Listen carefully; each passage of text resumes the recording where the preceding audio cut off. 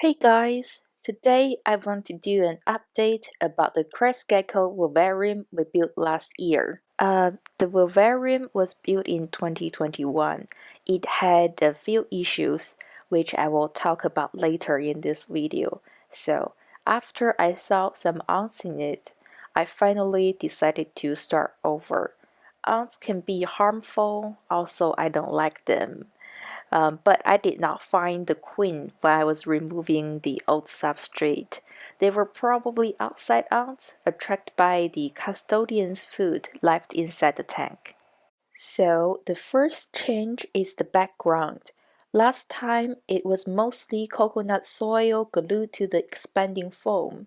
It looked fine, but it was kind of powdery. My gecko just couldn't stick to it. This time I decided to go with barks. I fill the background with as many pieces as I can, about 70%. Then I use grit stuff to fill the gaps. Also, I switched to black foam. Last time I used white foam. As some coconut soil start to fall out, the white foam just becomes so obvious. You can see the barks are not perfectly flat, so I fill each crack with the expanding foam. I don't want to leave any crevice for feeder crickets to hide. Then the same process as last time. Shape the dried foam, apply silicone, and glue coconut soil on it. By the way, I found fingers actually work better than a brush.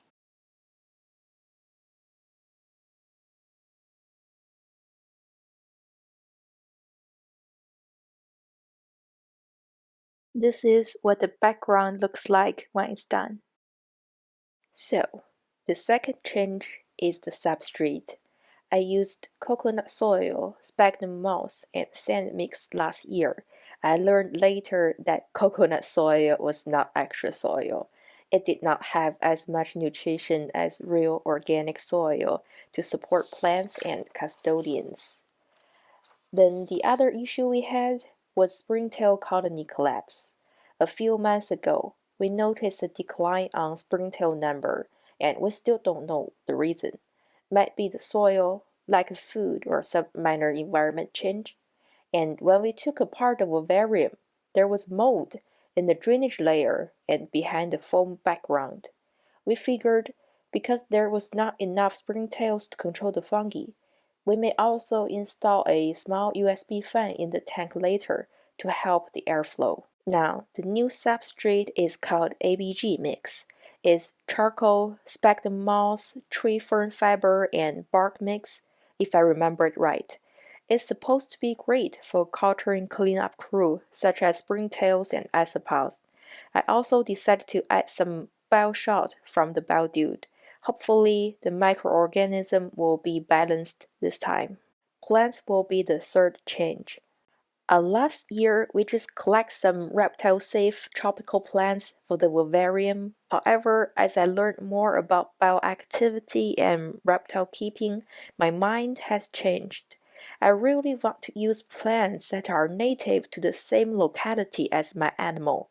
For my Crested Gecko, I know it's not easy to go all New Caledonian, but I would like to stick to at least Pacific Islands native plants.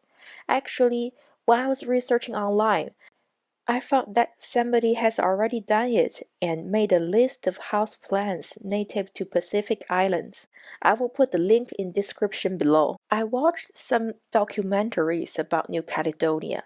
The first impression was big ficus trees with huge ferns on the ground. So I got this ficus microcarpa. I'm not sure if it's actually native to New Caledonia, but I bought it as a bonsai. Hopefully it will grow and spread out. So the other plants I was able to get are false aurelia, snowbush, and bird's nest fern. After I got all the plants, I found that they don't look good together in the enclosure.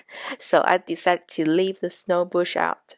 Now the trees are smaller than the fern, but I hope as they grow and the vivarium will look more natural.